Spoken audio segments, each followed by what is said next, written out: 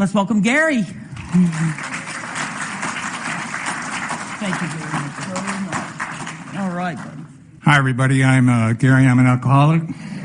It's such a pleasure to be here. It's such a privilege. My sobriety date is August 25th, 1997, which makes me rather junior as with regards to some of the people presenting here. It also says that I'm in the slow group. I came in when I was 49 years old. I'm 75 now with about 26 years. But I'm also, in terms of qualifications, basically, I consider myself to be one of the amateurs. An amateur that the late Ernest Kirst asked for, people that just decided to have time to pursue a particular subject and try to bring, there's so much AA history. There are so many threads. There's so many different parts that all put this miracle land together for us. And this happens to be one of them, but before I get started, I would like my wife to stand. Mary? Okay, stay, all right. This is a we program in every way, shape, and form. Would you believe it or not, there are 5 people that are in this room right now that contributed to the manuscript that is behind the Bobbie book. And, and I can't express how grateful I am. And of course, it's, my wife, Mary, is the one that had to put up with my various trips up to the GSO. But she's also the one that was part of the discovery of the treasure that literally was discovered in May of 2020, when the wealth that what I would literally say is a treasure chest came from Vermont. And much of what you'll be seeing is not at the GSO. It's not at the Stepping Stones. This comes from a private collection that happens to be in Vermont. And it comes from the grandchildren of Bobbie. Okay, and how that came about is, I don't have time to go into that. So, Drew, okay. Bobbie was the National Secretary from March 2 of 1942 and June of 13 of 1949. Now, when you look at the book that came out, The Great Responsibility, on page 8 you have Ruth Hawk. There's the picture with Bill. And on page 10 you have Nell Wing. But she was hired in 1997. She became Bill's secretary in 1950. Does it ever occur to anyone who was the person that connected the two of them? That's Bobbie. Bobbie's the one that is there before there are traditions. Bobbie is on the front lines. Bobbie is protecting Bill, and has any number of activities, and is also the only alcoholic that is working at what was called the Alcoholic Foundation until mid-1946. Now, Bobbie was born in 1903. She graduated from an exclusive Knox school in Tarrytown, New York in 1919. She enrolled in Columbia University, but her desire to be an actress and also a dancer took over that responsibility. And these are pictures. They're not dated, so we can't say exactly when, but this is part of the treasure chest that came from Vermont. These are undated promotional pictures of Bobbie, but you can see she is very attractive. All right, now actually these are probably out of sequence. The pictures to the right were probably taken before the pictures to the left. The pictures to the right is obviously she's been trained in doing ballet. I can't say exactly what years they were, but then also her acting career is to the left. It's also her dancing career as well. All right, and these are, again, more promotional pictures that you can see in every way, shape, and form. She is in every way pleasure to look at. All right, now, Margaret Roberts and Donald Sawyer. Now, Donald Sawyer might not mean a whole lot to you, but a name that means a good deal to most, Arthur Murray. Donald Sawyer was in every way, shape, and form a colleague of Arthur Murray. And, I guess today we have Dancing with the Stars. Well, Bobbie was dancing for royalty. She danced for 4 different kings in 4 different countries to kings and queens in Europe, and that along with Donald. So she was extremely successful, and that was all happening before she was 22 years old. All right, now, this is her marriage to Norman Burger. When I started off, incidentally, in terms of the research, I didn't even know whether or not Burger was a maiden name or a married name. It turns out to be a married name. Her maiden name was Roberts, and I swear they have her standing on some sort of a step ladder or something. It looks like she's 15 feet tall to the right. But she was having, she was enjoying herself immensely, and she sort of settled for a marriage. But there's Mr. and Mrs. Norman Burger to the left. And very quickly, in 1927 and 1928, she had her 2 daughters. All right.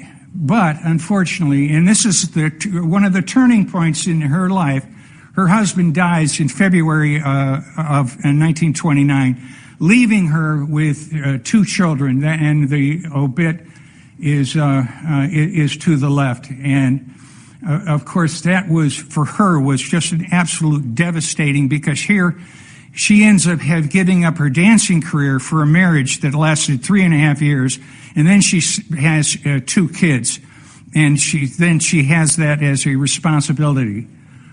Now, her marriage is to Erwin Shep Spank, and that marriage takes place in September 23 of 1932. Shep pursued her for some time. They seemed to fight. At that time, Bobbie was a dance instructor for Arthur Murray. This is most likely where the 2 of them met, even though we don't know that for sure. Shep was employed by Time of Life publication in advertising. He was a flyer for Time Life. He moved them to Detroit and then to Cleveland. That could have been Siberia, as far as Bobbie was concerned. She was in every way, shape, and form a creature of New York, Manhattan. That's where she belonged. So again, that could have been her solution. This is when she starts to drink. Shep would not come back home at night. She started to suspect whether or not he was cheating her. At the same time, in advertising, a lot of people end up working late into the evening, so she would make some drinks for her husband. The husband wouldn't come home, and she'd drink them. All right. By 1936, Shep refused to be embarrassed by Bobbie's drinking, and he tried to discipline her. Okay. After a 10-day alcoholic binge, when she ran away from her husband and children, her father and husband found her, quote unquote, in the South. I have no idea where that was. They decided to have her hospitalized, and she was in Doctor's Hospital in Manhattan in February of 1936. She's released roughly a month later. Her husband brought the children to Dobbs Ferry, which is where her parents lived and where she had grown up, and was a rather affluent household. So he and Bobbie go on vacation to Daytona, and she just starts drinking again. But her drinking was being treated as a mental illness. So meanwhile, Shep is dining with Henry Luce, which was considered to be in the 30s, probably one of the most influential men in the country. So he was attracted to very powerful men. And Henry Luce, one of the most influential private citizens in America in his day. And so in 1924, she's dancing for kings and queens of Europe. In 1936, she's being spanked by her second husband for being a drunk. Okay, and that was actually chronicled in a 1943 newspaper article, which is more or less, when you read the newspaper article, it's really a biography of Bobbie. It was in a 3-part, 3-week publication, again on the American Weekly, and it literally, it was all about her. They called her Enid in the biography, but in every way, shape, and form, there she was getting spanked. All right, so it always amazes me what people called things then versus what they are now. the Hartford Retreat for the Insane is the second asylum that she went to in 1936. It's called the Institute for Living now, and incidentally, it is amazing. If anybody knows Frederick Law Olmsted, he's the person that designed Central Park and so on. With what they had available back at that time, if you were going to have a place like that, they always wanted immaculate grounds so they could have serene surroundings at such a place. And Frederick Law Olmsted actually did the landscaping for this place. So anyway, she's in there for a few months. It featured programs of re-education, typing, crafts, PE, gardening, homemaking. You can see that. And what does that have to do with alcoholism? Nothing, this as I can tell. But again, we were treating people, in this particular case, as if alcoholism was a mental illness. And she got out of there and she almost relapsed almost immediately. Okay, now, life at Bloomingdale's, this is the third hospital she was in 1936. Now, we don't really know what was going on with her specifically. She never wrote about it. But what we do have is what happened when a successor to her, Lillian Roth, it should be Lillian Roth, I believe. I think that's a typo up on the top. I Cried Tomorrow, which came out in 1954, but there's a paragraph in her biography which does give an explanation of what it would have been like in Bloomingdale's, which rarely takes alcoholics, the regular mental patients. I had been without alcohol since my arrival. This is again in 1954. The formaldehyde, vitamin injections, and other medication helped me bide me over. A community therapeutic shower followed breakfast. To relax us, we sat in line, naked but for a sheet, while nurses sprayed us with hot water, then tepid, then ice water needles. Gym and dancing followed. After a fresh air, we were taken to mental therapy rooms. Some painted. Again, you can read the rest. What does this have to do with alcoholism? But that was the way alcoholics were being treated back then. I don't know. I have no idea why they didn't try Towns Hospital, but that was the choice of how they decided that where Bobbie should go. Christmas was spent with her husband, Shep, and children at her parents' home. He, however, at that Christmas, nice Christmas present, he announced that he wanted a divorce. Bobbie left Bloomingdale's on January 2nd, 1937. She was there actually voluntarily on her own nickel. And it was a possible suicide attempt in March. Divorce finalized in June. Shep was married a third time in Ohio. And actually, reading behind the lines, there are, looking at Ancestry.com, he immediately had 2 children, and it's possible that Bobbie didn't want children by him. That might have had something to do with the divorce. All right. Now, Stamford Hall, this largest private sanitarium in New England, doesn't exist anymore, but it gives you the atmosphere, again, of the serene grounds that happen to be for rest and relaxation are important factors. Now, this is just one of the sanitariums she was in. We discovered this one by the letters that her children were writing her while she was there. That's what pointed us to that she was actually, and it's very likely that she was at Stamford Hall when she first got an idea of Alcoholics Anonymous. Bobbie's encounter with Marty Mann, and this is out of the Mrs. Marty Mann that Nancy was mentioning earlier today. Marty took one look at the patient, that was Bobbie, and decided she wouldn't spend any effort on her. Didn't have one chance in a million. Marty was wrong. The woman did make it. Her name was Bobbie, misspelled. That's very common. Bobbie eventually became the secretary of AA's General Service Office, and her name was known to AAs over the world. And that was a very practical example for Marty then, that she could not tell who would get sober and who can. And that is, for me, is one of the things that continues on to this day.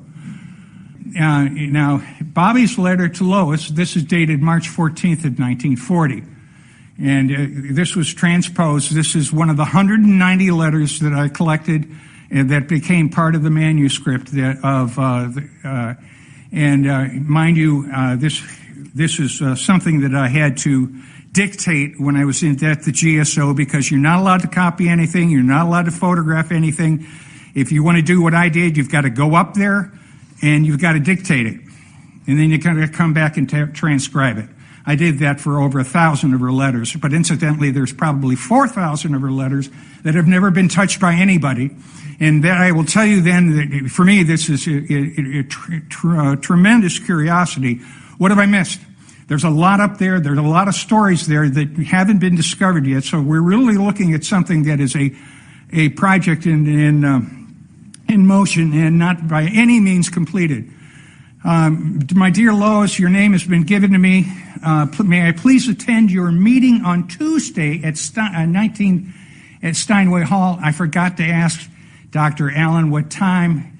I would hope to becoming a permanent member if I qualify. All right. Now, this is March. That was mid-March. Well, she did have a little startup problem here. She got her reckless driving charge, and this was actually not civil; it was criminal. It's because she ran off the road and hit somebody. I don't think after also damaging their car. So this was a civil matter, but the date of it is March 30th. She claimed a March 30 or a March sobriety date. That might be slightly questionable under when you came across this.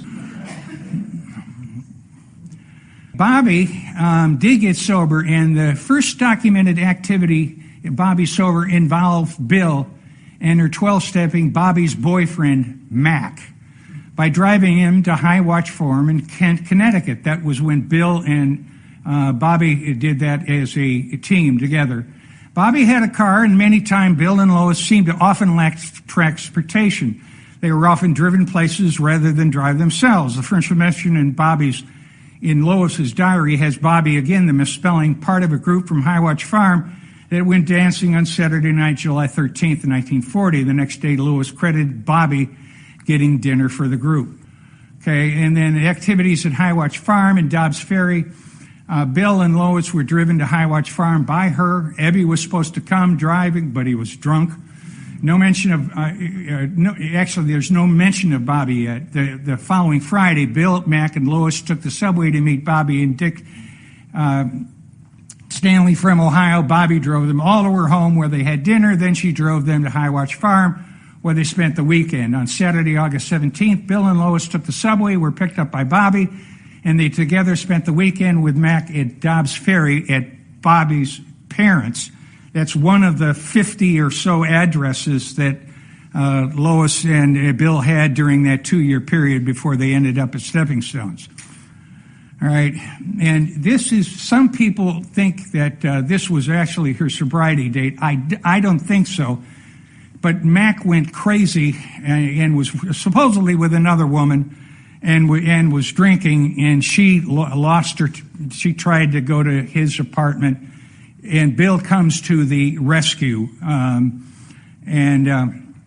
it's documented that he did give her sedatives to settle her down. He did take the keys to her car, and he did not come home that evening. By October 10th, however, all seems forgiven. While Bill left her an overnight visit to Philadelphia, Lois had dinner at Bobbie and Mac before attending the AA meeting at the 24th Street Clubhouse. Mac was the last about into early 1942, and then no one had ever heard of him again. Now, again, when we have these pictures, they're not dated. This is just taking a guess that she vacationed in Connecticut and New Hampshire, and for some years continued to be a regular visitor to High Watch Farm. Now, in 1941, Bobbie became secretary of the 24th Street Clubhouse, which was a paid position. Dick, the car smasher, warned her about overdoing. And, and I want you to picture her, what's she been trained to do? A dancer. What if this was a dancer on stage? And she was very much on focus as an individual. That was really her only training, to be up on stage or performing.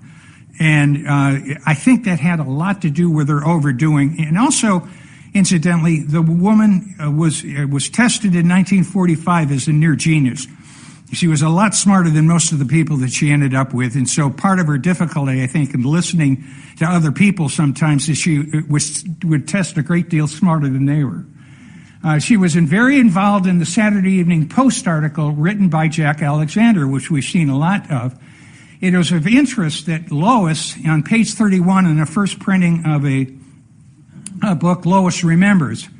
Lois remembered, Lois actually made a mistake. She mistook when Ruth Hawk got married, which was February 28th, 1942.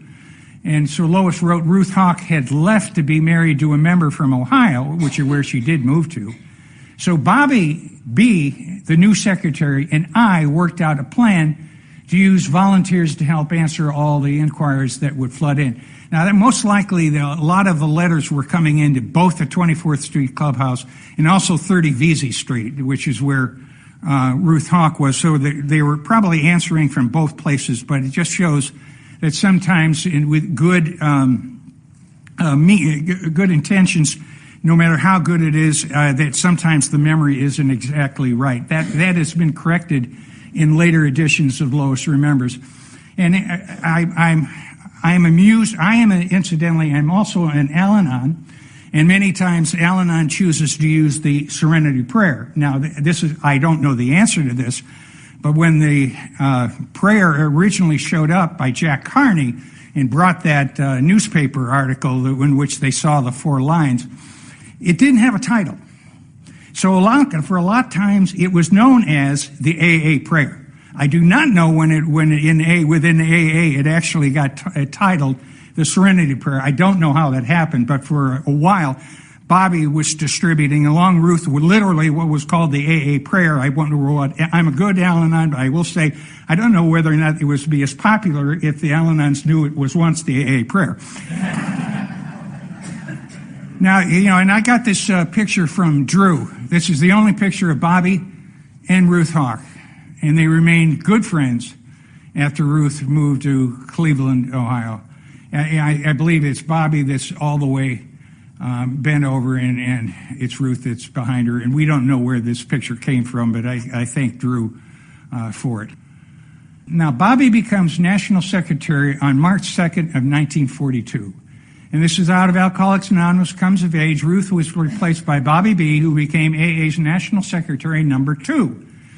Bobbie's complete loyalty and devotion and her unbelievable energy and capacity for hard work were priceless helps during the confused and hazardous years which now lay ahead of us. Around in March of 1942, Bill tried to join the Army. He flunked the physical. And I swear that is something that we should all celebrate. Okay, because if Bill had disappeared, I don't know what in the heck would have happened to the, again, it's not the GSO back then, it was the Alcoholic Foundation until 1954. But Bobbie wrote that he was brokenhearted, and this is just as a qualification in Bobbie was writing back then that they had 2,050 communities that last year, but they were growing to 6,000 in 175 localities. As far as I'm concerned, take those numbers with a grain of salt. And then she says, we've answered 8,000 requests. Bobbie, writing about her new job, it's a wonderful feeling to have to know that there were so many friends all over the country assisting and supporting our great program. Personally, I just love my job. Can't imagine any work that can give more happiness. And then it gets curious, and because she's writing as a colleague here, not a secretary. Very shortly, Bill W. and I are going to set down some answers to the questions you wrote in group activities and organizations. We hope to have the booklet I mentioned to you as well on the way. Nothing ever became that we know of at that time from this booklet. I'll do what I can to get whatever, but when we come up with the stories that are behind the traditions, we can't be exactly sure when some of that background information was assembled, who actually wrote or what events actually occurred. but it would be likely that Bobbie was integrally involved with the creation of the traditions, because after all, she was on the receiving end of whatever mail that was coming in first. She was the one that would open it. She was the one that was protecting Bill. She was the one that was trying to protect Bill from us, to overwhelming him with things, because there was always more than Bill could do.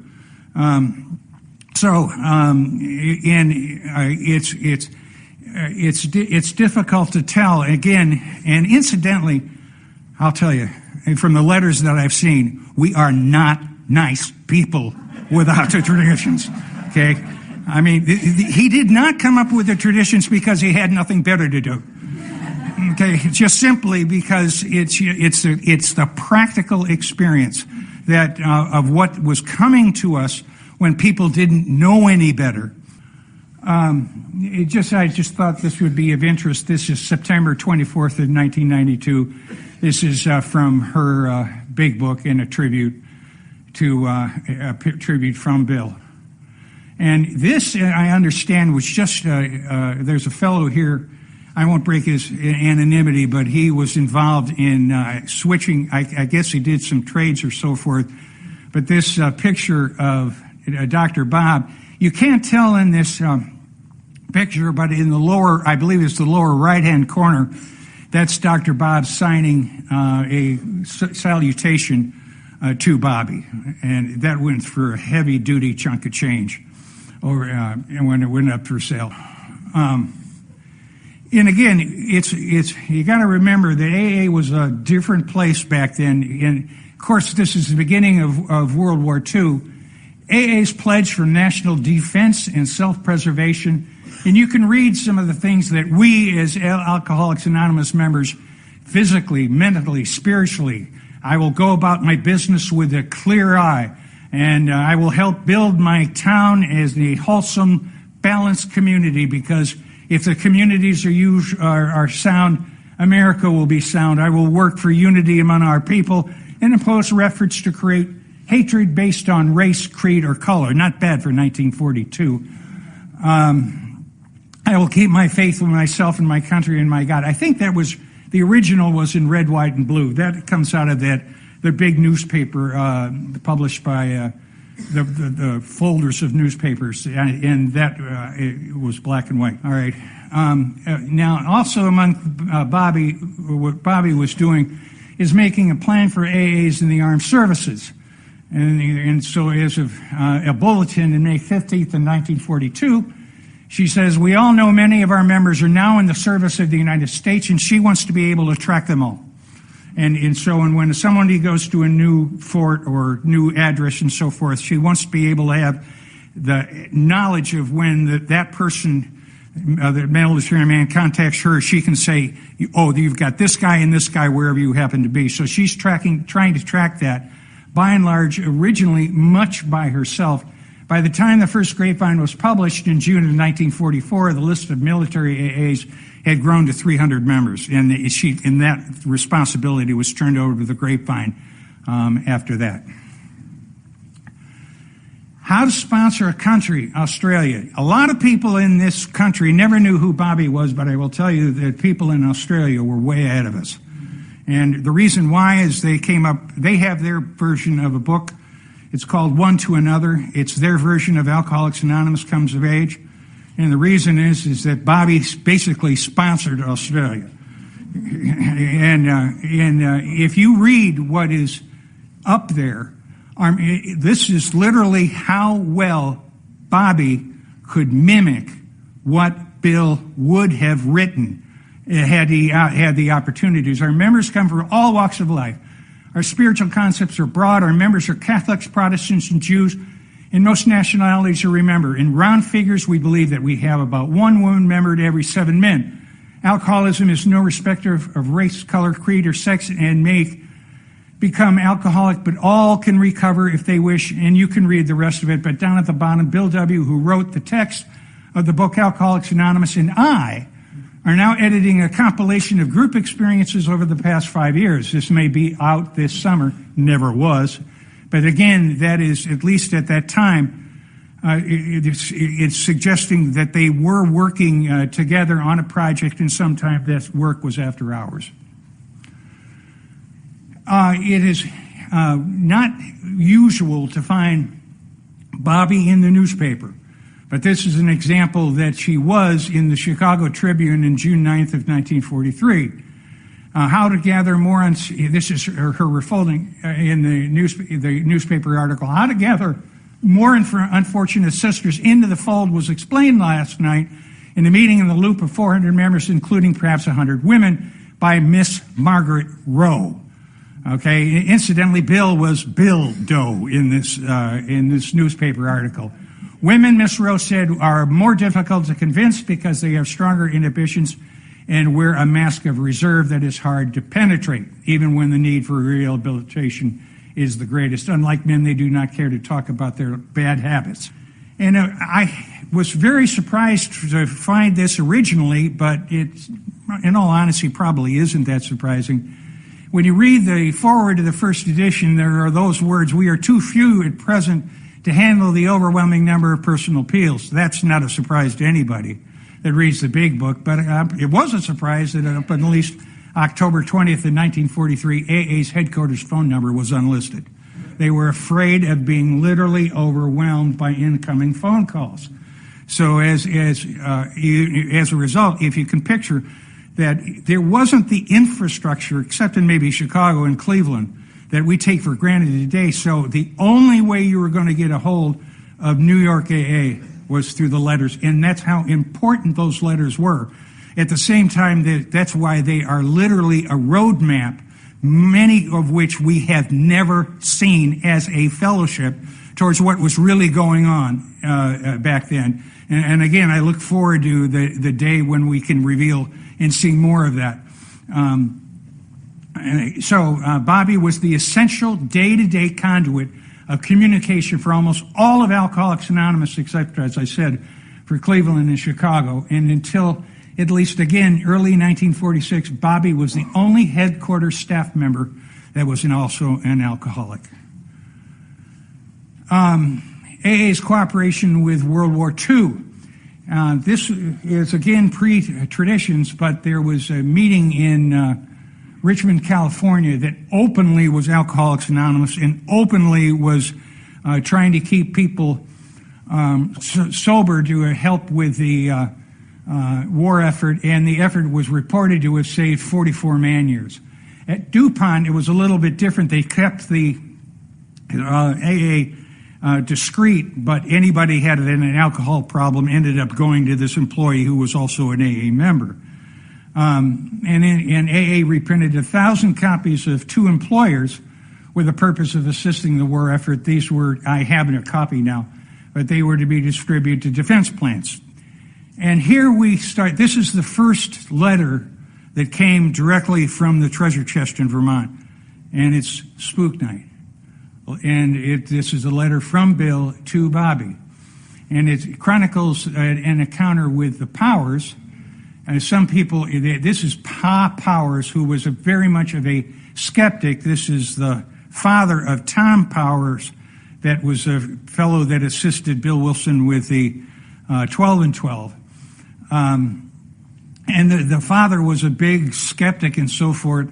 And Lois was present at this as well. And he ends up being amazed. He sat there for an hour describing this event's appearance in great detail, every motion they made, some children who sat on his lap, and so forth. And as cautious as Lois is, she was pretty convinced a long table was prepared for it. Now, it's unfortunate that these things are all originals are written in his handwriting, and sometimes it's, Mary and I we tried our level-headed best to translate or decipher some of this, but sometimes it was just not possible. All except before the old man, after he had described it, I was told it was an effort to reproduce the Lord's Supper and so on. But and I think there's going to be a book coming out next year that will have a lot more to do with the events of spooks and seances at Stepping Stones, which also was taking place at Dr. Bob's. And here's written in Bill's own handwriting on the train to headquarters on August 13th in 1943. And I will tell you that this is the start of revealing a Bill Wilson personally in a manner in which I hadn't seen before. But again, the only thing that's wrong with the exhibit on the right, it should be yellow, and unfortunately the way I copied it ended up in black and white. But this is Bill writing to Bobbie. Nothing can be such a break on the joy of living as to have one around in a black mood whose pall covers everything in reach, and especially with you so very tired. It was really a mean exhibition of childishness for which I am very sorry. Doubly so, for I did not think I could be so self-centered. And, as I'm sure you know, my better self would rather be concerned with making you content, joyful, and secure. I wish I might be endowed with the words to tell you just how deeply and affectionately I regard you as Bobbie, my dear partner of our fabulous enterprise, of the sheer joy of being with you and working together in rapport, of these glimpses of that incredible future which I pray that we may both contribute with what the Master expects. Now, you got to remember, when you're looking at this, is that at this time, Lois was so happy to be at Stepping Stones. She didn't have a whole lot of use for any kind of movement or anything else or anything that had 12. Bobbie at that time was the alcoholic that was available and understood. And that's what these letters actually, Bill could really write his emotions to Bobbie. And unfortunately, we have no responses from Bobbie to Bill directly. Well, we have a few, but we don't have the correspondence that was going on, and you can speculate on why that's the case. I try not to make decisions or make descriptions about things that I don't know, but that's nevertheless is what's been found so far. Bill's West Coast discovery. So Bill and Lois left for their first West Coast trip on October 24th, 1943. This letter was written by Bill to Bobbie from San Francisco. And I'm just going to read part because time's short. How very happy your grand letters make me. How you find time is a mystery. I'm getting really concerned about the lack of help down there, meaning back at the foundation. Then I'll go, this speech-making of mine is a pleasant luxury for people here, but no necessity, thank heaven. It is, on the contrary, you who is needed.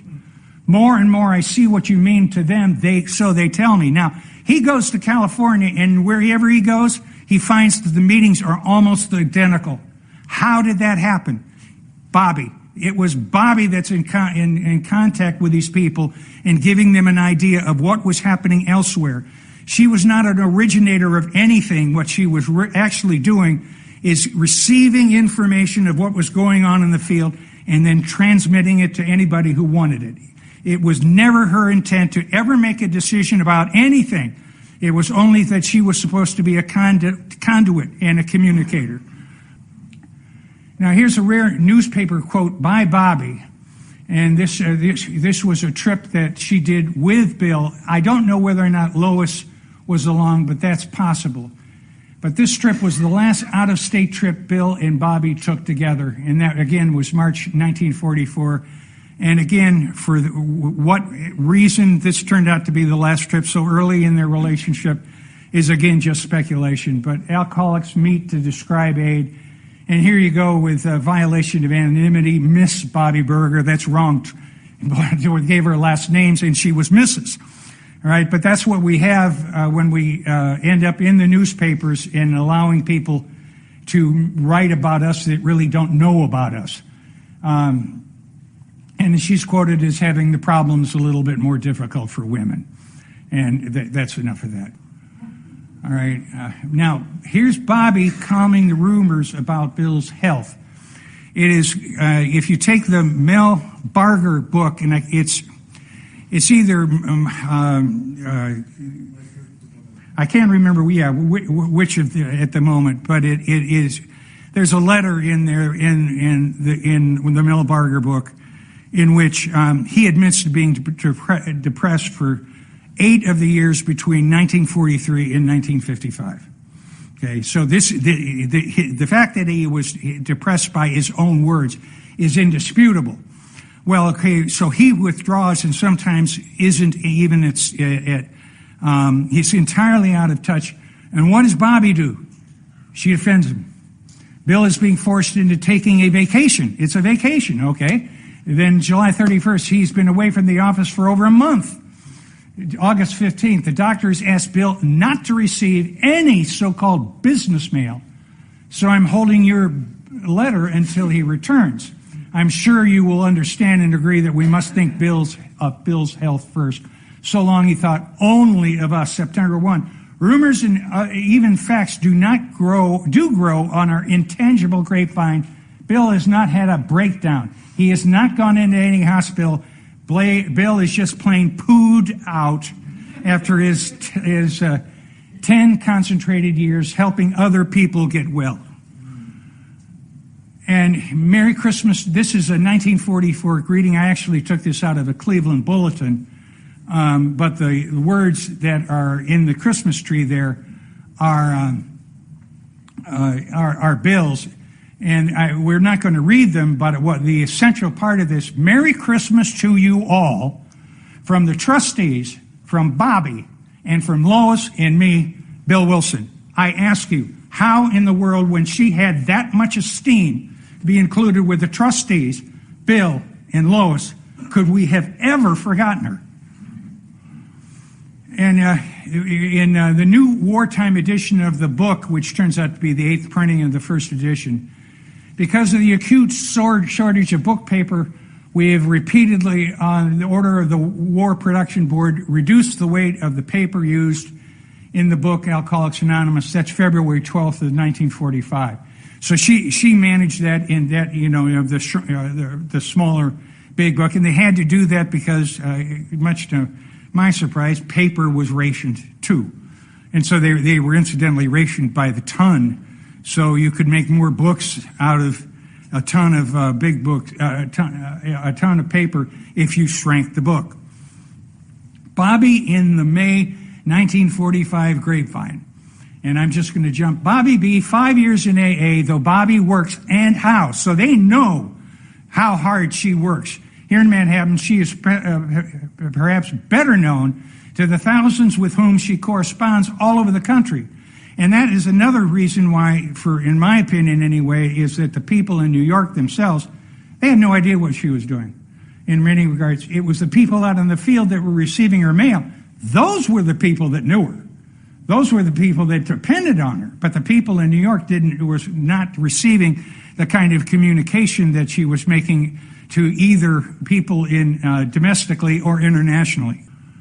So, more of Bobbie's role of protecting Bill from the fellowship, because this is now his depression's going on for as much as his second year. Bill is taking a long leave of active work in this office due to his health. For a year now, he's been trying to come in part-time, but finds it hard to stick to his schedule. Once in the office, things pile up. And the next thing we know, he's snowed under again. May 15th of 45, doctors advised Bill not to do any traveling or group visiting for some time to come. And then December 18th, 1945, perhaps you have not heard that the doctors took Bill away from active work about a year and a half ago, and he seldom comes into the office. That means Bobbie was running the show, the office, except when maybe a trustee got involved or she had to ask a question of someone that was in a position of authority. And this is a letter that was written to Leonard Harrison by Bill, May 2nd, 1945. At the last meeting of the foundation, there was a discussion of the possibility that I might retire, that's Bill, from active participation in the central office and works publishing. The central office, under the guidance of the trustees, me and 2 excellent national secretaries, have been the keystone of the arch under which thousands of alcoholics have found their way to a new life. If I should suddenly pass out of the picture, there would be no one left in all AA except Bobbie B. Should she leave, we would be in a serious predicament. The whole continuity of the central office is still depending upon the good health and continued attention of Mrs. B and me. It is the National Secretary who actually personifies the Alcoholic Foundation, which was, again, that name was for the GSO. Few have contributed more to our success than Ruth Hawk and Margaret B. May their kind continue as National Secretaries forever. And this is continuing on with the fact that he might retire. For the past year and a half, I have made few decisions, nor have been much at the central office. I'm happy to say that Mrs. B, occasionally consulting the trustees on detail side of the office, has done an excellent job. She has operated Works Publishing and recently turning out a large new edition of books without any assistance from me whatsoever. 2 or 3 new public relations matters come across her desk each week, many of them requiring an intimate knowledge of the personalities in the groups as well as a thorough understanding of our public relation policies. I have encouraged her to make these decisions herself, excepting upon issues involving some new or large problems. She has done very well indeed. We might be faced any time with the problem of finding a new national secretary. Someone would have to train the new secretary. That would be about a 2-year job, assuming we were lucky enough to find the right one. Consequently, it seems of prime importance that we assure thoroughly qualified understudy as soon as possible. That incidentally turned out to be Charlotte Lappin, who was soon to become her assistants. And this picture is actually on, Paul has it. I just clipped it, but this is one of the rare pictures of Bobbie that was on the internet. I believe there were only 3, which is another reason why she was so hard to identify. This is the empty jug. This is out of Chattanooga. This is some fellow that he got sober after some false starts on July 18th, 1944. He founded an AA newspaper on September 1944 in Chattanooga, Tennessee, when he had 6 weeks of sobriety. What could possibly go wrong with that? Seriously offended when Bill W. declared the Grapevine to be an official magazine of AA in 1945. No evidence that Carl ever had a sponsor. Okay, Bobbie repeatedly encouraged Carl to practice anonymity in his newspaper, but he ignored their recommendations. So often advised Carl's home group, despite Bobbie's repeated attempts. Carl simply disregarded her. That led to Bill getting involved. Bill wrote a kind letter, which I can't include, I don't have time for it, but then he wrote a blistering letter to Carl to try to get his attention, but Carl ignored that as well. And here we go with, again, and this is quote-unquote an AA newspaper. Yes, we know these things, and if we had to drink too many drinks many times, we would know what would happen beforehand. But teenage boys and girls do not know these things, and they are not told them by liquored advertising or the various mediums of expressions, such as motion pictures, radio, magazines, and which have various. So he's condemning both the liquor industry and also Hollywood. And here on March of 1946, this is just before the traditions come out. He knows something is going on, or so he thinks. Rumors, we place little credence in the rumor that the 12 steps are being rewritten in New York. We do place credence in the rumor that New York is preparing a manual for group organization, and if they do this, you can trace it to the non-alcoholic influence in the foundation. I don't know what he was talking about. I don't know where he's getting this stuff. Some people are nuts in the subject of organization, but such a manual will not bother anybody. We have as many walking organization manuals now as there are members, and a few printed tomes will just make us all screwier and happier. Okay, now here's where he goes really overboard. Okay, an open letter to subscriber members of AA. Complained about harassment from New York. That was Bobbie and Bill trying to tone it down. He insisted that atheists are fools and idiots. Wished to machine gun liquor company executives that he compared to a nest of snakes that wanted to take over the country, turning people into human derelicts. Okay, wrote AA headquarters, thought Manhattan, the home. He thought that Bill and Bobbie thought that the Garden of Eden and the throne of God were in Manhattan. And then he accused Hollywood movie executives of murder. Good grief. So, How about some tradition 6? How about some tradition 10 when you're going, I mean, boy, did we need them. Unfortunately for us, unfortunately for him, he fell over dead in 1942. Now, he may have relapsed.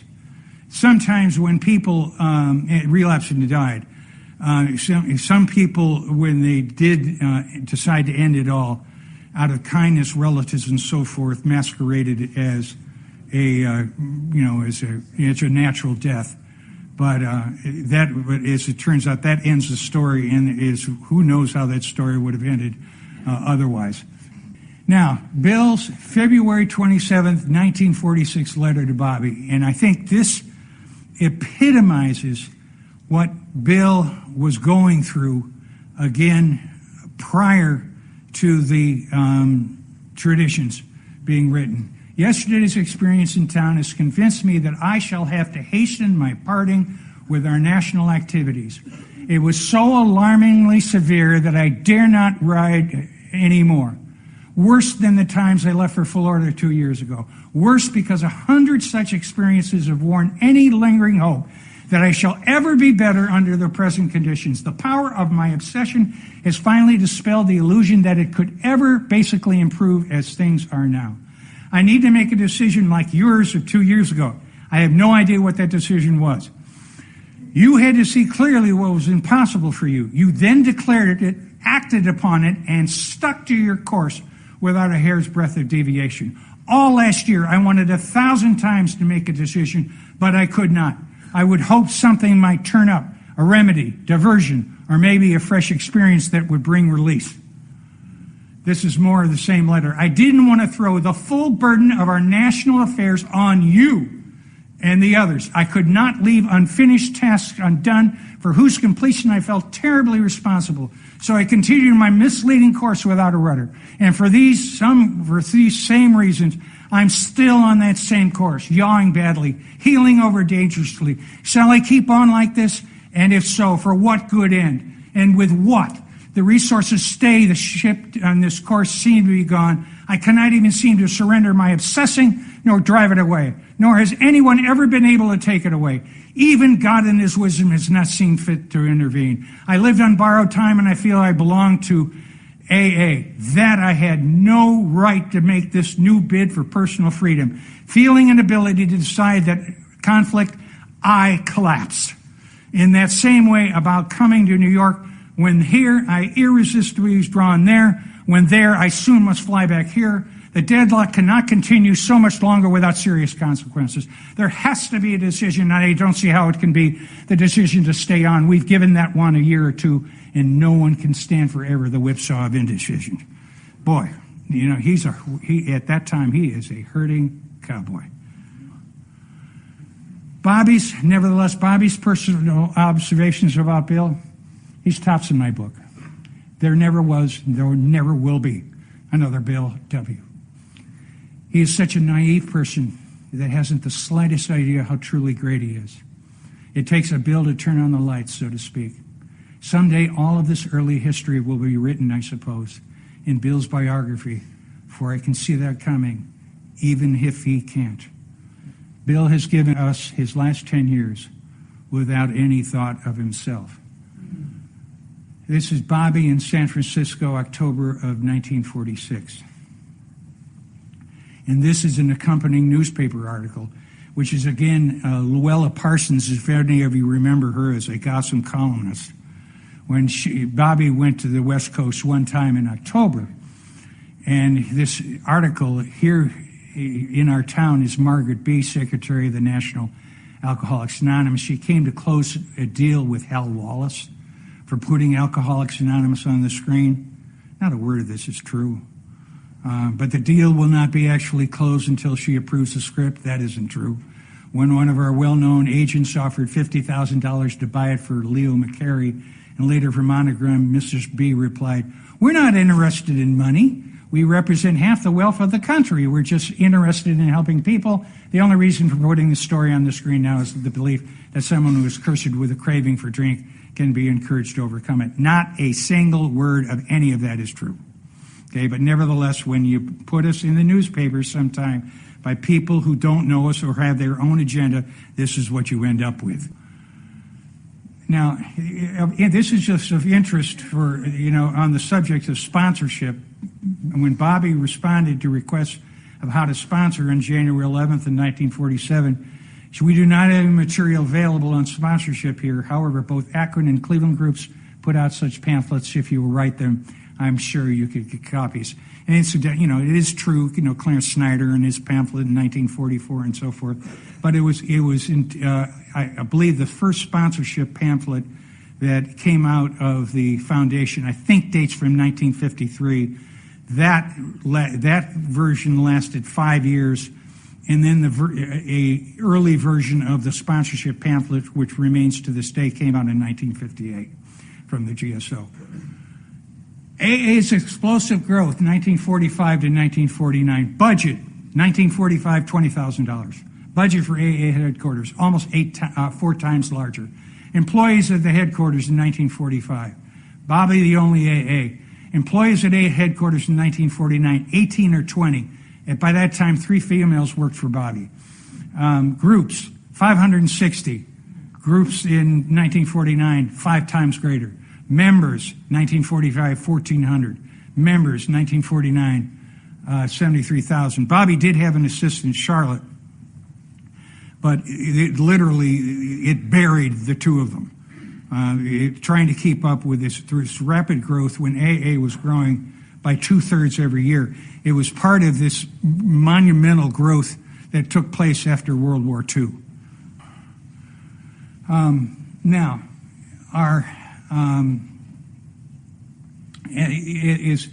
General Service Center, the Alcoholic Foundation of yesterday, today, and tomorrow. Here come the winds of change. Here comes Bill starting the process of trying to make AA independent of the people that are at the GSO. He doesn't want any power avenues or any kind of groups that figure that they are somehow special or somehow entitled. So the vast outcome of 9 years, exciting experience reposes in our files, and the heads of 2 secretaries, because of their station at the heart of AA, they are bound to have a broader view than most of us. This strenuous experience has developed effective ways of handling the multitude of problems and situations. They have immense personal acquaintance that stretches all over the globe. With them, a crisis a day is routine. We are coming to see that a permanently successful operation will depend on the preservation of these accumulative experiences and contacts. AA leadership is becoming a rotating matter, and AA to function by fundamental principles. This is Bill. These are both in the same Grapevine, incidentally. Times have changed, as everyone knows, that this AA has since exceeded our wildest expectations. Speaking for Dr. Bob and myself, we feel that we Ulsters need not take the prominent roles we once did. That includes Bobbie. AA leadership is becoming happily and healthily a rotating matter. Again, AA may be able to function upon the power of its own fundamental principles rather than upon the prestige or inspiration of a highly personalized leadership.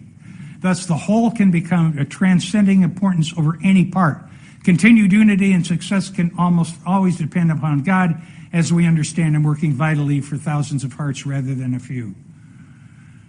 Bobbie's observation, she's starting to see what's going to be happening here. But at the same time, because Bill is struggling, and underneath all my agreement, I realize his wisdom. AAs must one day learn to operate without Bill, and he hopes to see that structure go into effect while he is around.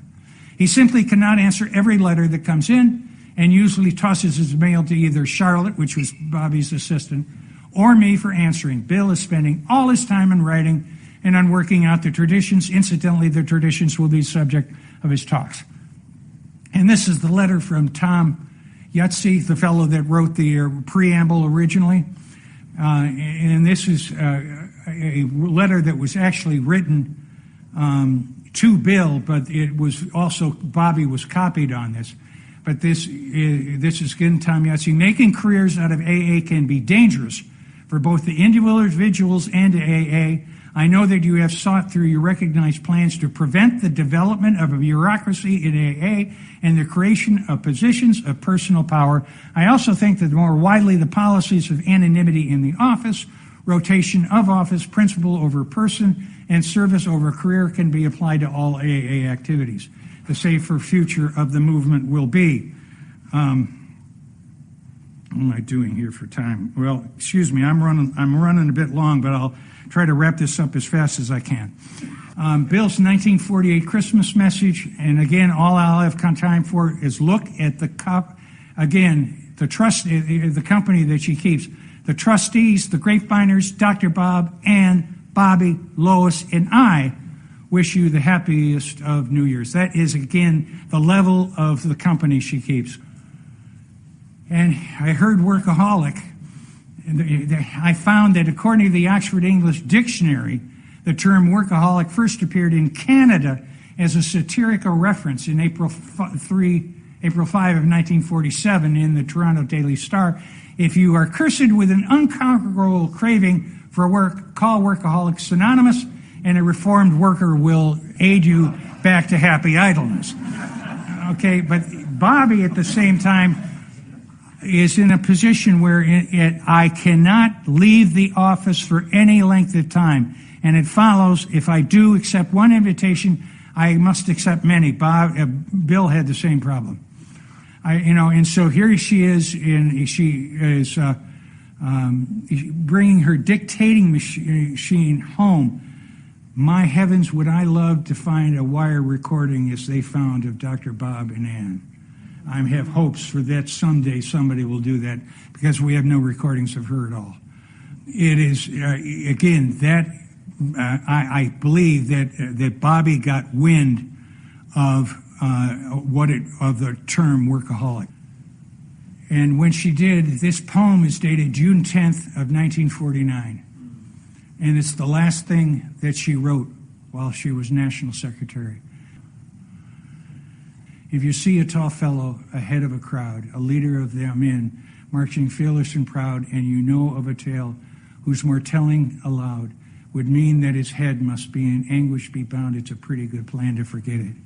If you know of a thing that will darken the joy of a man or a woman, a girl or a boy, that will wipe out a smile or the least way annoy, or cause any gladness or brightness cloy, it's a pretty good plan to forget it. I presume she wrote it. I don't know that for a fact. Bobbie made amends for her resignation without notice. She resigned on June 13th, 1949. She had likely relapsed previously. She even later wanted to learn why she drank.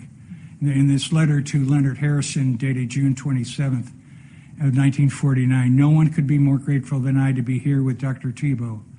I hoped and often prayed to hang on until August and a vacation, but that would have been only temporary solution to something which has been fundamentally wrong with me for years, probably long before I found the compulsive, frantic activity which I misnamed necessity turned me into a machine which could not stop until it broke down in every way.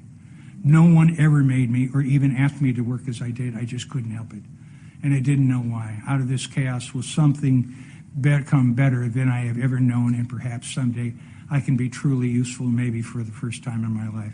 And of course, that is, she has been tremendously useful, what depression and isolation can do to people.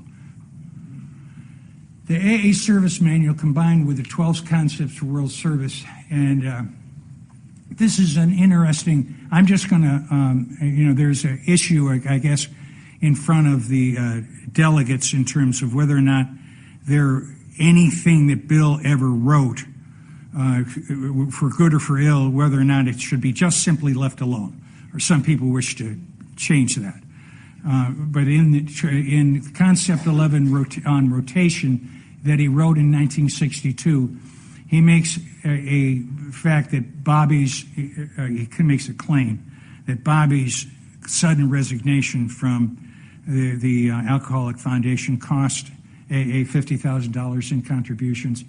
I do not believe that, but I do believe it is Bill having a way of using an event to to communicate the consequences of failure of rotation. And he would be more than capable of doing that. I went through the finances from 48 to 52, and there's no evidence that I can see that Bobbie ever did any such thing. So, and it's of interest that whether or not that remains. I hope some group conscience makes a good decision about whether the outcome of that is. Now, Bobbie leads, and here's accolades from around the world, and I always get choked up when I do this. How many times have I found muttering the very words you have said to me, what a solace and help they have been coming from India, that we no longer struggling is a very great part to your help and encouragement from your letters of advice, Ireland. The work you have done for AAs in the States abroad will go on now. AAs remembering always with the deepest gratitude of how much they owe you. That's Australia. Your love for AA has paved every thought and action with inspiration and encouragement for the sick alcoholic Massachusetts. You have our love, our devotion, and our blessings. We will be with you always right to the very end. May God spare and keep you, Michigan. I just can't imagine, though, how much it will be without you. Steering things. Glad I'm not there. I'd miss you too much. Take it easy, my dear, and always remember you have a place of hearts of many that no else can ever fill, and that is just a sample of the mail that she received after she resigned. And incidentally, the handbook for the secretary, which I believe she had a great deal to do with, it finally emerged on September 9, 1949, but it was released by people that replaced her, but they were no longer called national secretaries. They were called senior general secretary. So the title of national secretary became obsolete, and we don't know, but she was always talking about something like this being presented, and this was finally the outcome about 3 months after she left. Bobbie's amends to Bill and Lois. I understand that you are still feeling badly. I am sorry more than I can tell you, and so I wish I might find a way out of your darkness. I think you often pray for you much. It is so much easier to pray for others than for one's own self. Have you ever been able to understand how much I wish I could have avoided the pain caused you and Lois? It is beginning to come to me that these things cannot be explained in words, but are only felt through understanding. Because of my illness and the so little I now know of it, a small bit of the suffering you have gone through is clear to me. About 8 years ago, you opened the door to 30 Vesey Street, and in so doing, you gave me what might have been a useful life. Along the way, I took a detour and I lost myself. I hope one day I can earn the right to do something that you will feel in your faith in me was not completely mistaken. But Bill's reply to that letter, you said you felt sorry you had caused Lois and me disturbance, so as I'm concerned, that will be quite the other way around. I cannot doubt that my own obstinate, yes, downright willful illness hung like a millstone around your neck. God knows how long I've been learning, too, that self-condemnation, which Bobbie had just done, leads so subtly, but oh so surely, to the condemnation of others. I will often wish the word blame could be taken out of feeling and speech forever. I have always looked up to you, your illness notwithstanding, as a person of marvelous inner integrity, something far more basic than I ever had. I want you to know how much I appreciate this great gift of yours, how you went all out to share it with me. And this is followed up by the Christmas letter. Christmas makes me want to say some things, not new things, just old ones that you must never forget. I want you to remember, since I am the only one who can have any real idea of what your labor for AA meant to its infancy, just how much I appreciate the love for you, and that there is your capacity for devotion, of which Lois and I, so many, have been continuous receivers for years, though in my case your unanswering loyalty was so often undeserved.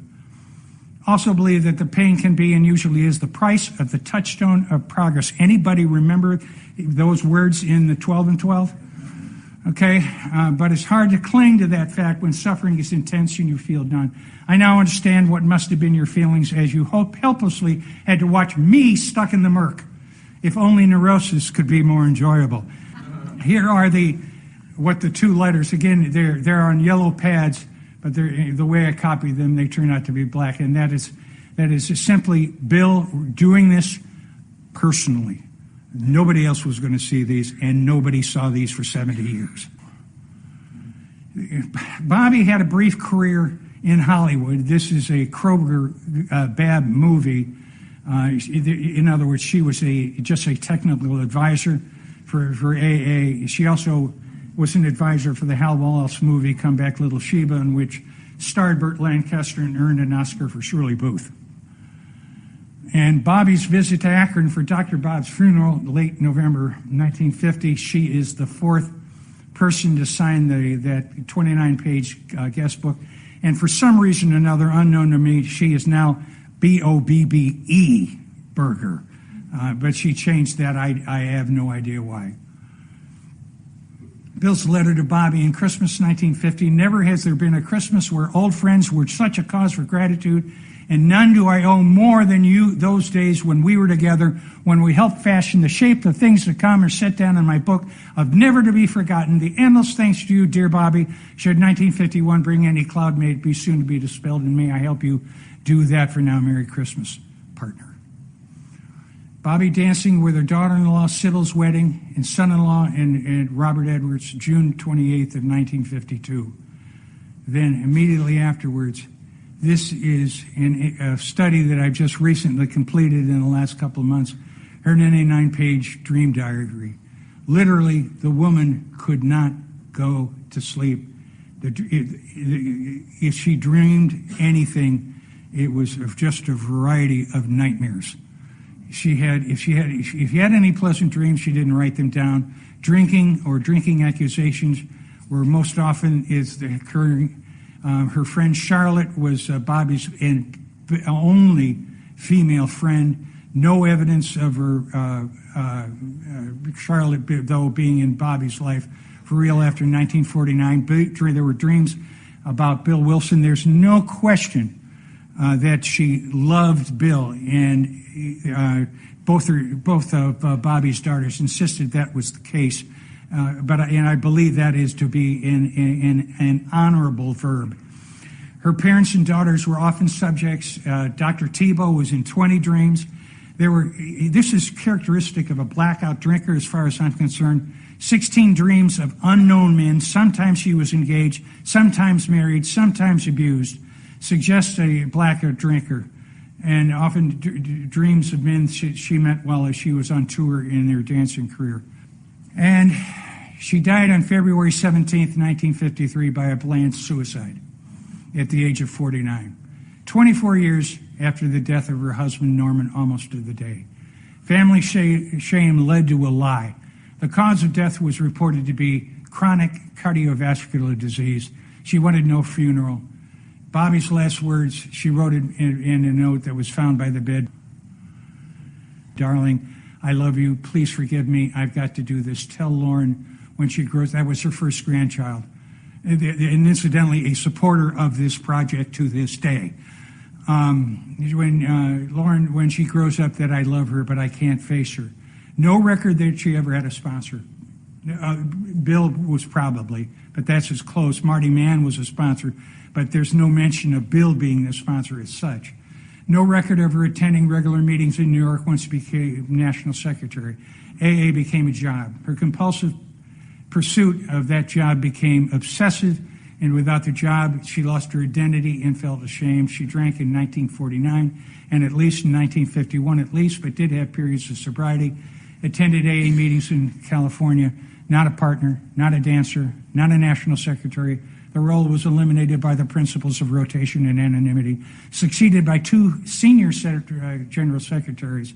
Bobbie had 3 people work for her. They actually had 2 of the general secretaries and 4 people, so 6 people replaced 4, of which we did this one. This is actually her death certificate, and I don't know if you can see it, but the death certificate, which is on the right about 2/3 of the way down, you can see the death certificate is a phony baloney, died of chronic cardiovascular disease. It was a planned suicide papers were left in a safety deposit box expressing her wishes and so forth. There's no question that it was a suicide. Bill's 1953 AA Grapevine tribute. Margaret B., affectionately known throughout as Bobbie, passed away in her sleep on January 17th of an unforeseen heart ailment. That's not Bill's fault that he was misinformed. She headed our General Service Office in New York in all the years of AA's adolescence. Across her desk came thousands of pleas for help for individuals and hundreds from anxious groups who wanted to be advised of the latest AA experience in meeting problems that assailed them. It was out of this experience that AA's traditions were formed. And upon her tradition of devoted labor set a mark which will endure so long as God will have our society last. Her pioneering work has proven inspiring precedent for every intergroup and foundation secretary, and her departure creates in the heart of each of her friends a void which can only be filled by the memory of what she left us and the assurance that her destiny is happy and secure. Now this is true Bill. This is as fine a writing of Bill as I have ever encountered. It really reveals to me what a passionate and caring man he really was. March 30, 1950. This is written to Bobbie's surviving daughter, Gloria. This is to tell you how deeply I share the loss of your good mommy with you, and I also write to offer you every reassurance and possible help that I can. My first recollection is that of the tremendous debt of gratitude we all owe her. I think of the thousands she helped, and the many who will never realize the unfailing devotion and love that she gave them. There will be times, her magnificent spirit and her love for us all, this we are bound to appreciate more and more as time passes, and I know this will be as true for me as it is for you. And my great regret will be that I failed to return in kind all that she gave me, that she never seemed to receive from life all that she put into it. Yet I am sure you must share with me the comforting thought that her new life, a little way out of our sight, in healing, has only begun, and that it surely must be filled with a bright promise, for no one that I have ever known could be more deserving. If at any time you feel the need of anything that I can do for you, please call upon me instantly. Thus, I shall be able to show the affection I have for you and your mother, and for you devotedly, Bill. A possible conclusion. Bobbie's suicide note stated, "I've got to do this." Robert Thompson, in his biography, and Bill wrote in 1975, the man, Bill W., became their spiritual mentor. It seemed inconceivable that their Bill, who'd been released from his obsession, had not by the same means been freed from every other difficulty and defeat. They simply did not want to believe that this man could occasionally be crippled by depressions. Had Bobbie lived and shared what she knew about Bill, she could have seriously damaged Bill's reputation, which would have undermined the guidance and harmed Alcoholics Anonymous. She thanklessly protected and guarded Bill of all her years as National Secretary. Why did we not get to know her? Why was she all but forgotten by the vast majority of the fellowship? We're storytellers. She couldn't tell her story. She was tortured by loneliness, and she knew too much. AA's fantastic communicator. This is from Nell Wing. I can't tell you the number of alcoholics all over the world who owe their sobriety to that special woman. And a personal observation is, among all her private papers, very little has ever been found critical of anyone except her health, except herself. One of the only two national secretaries that AA ever had. And I hope our great responsibility is to thank this woman for all her sacrifices that she did for us. Thank you very much.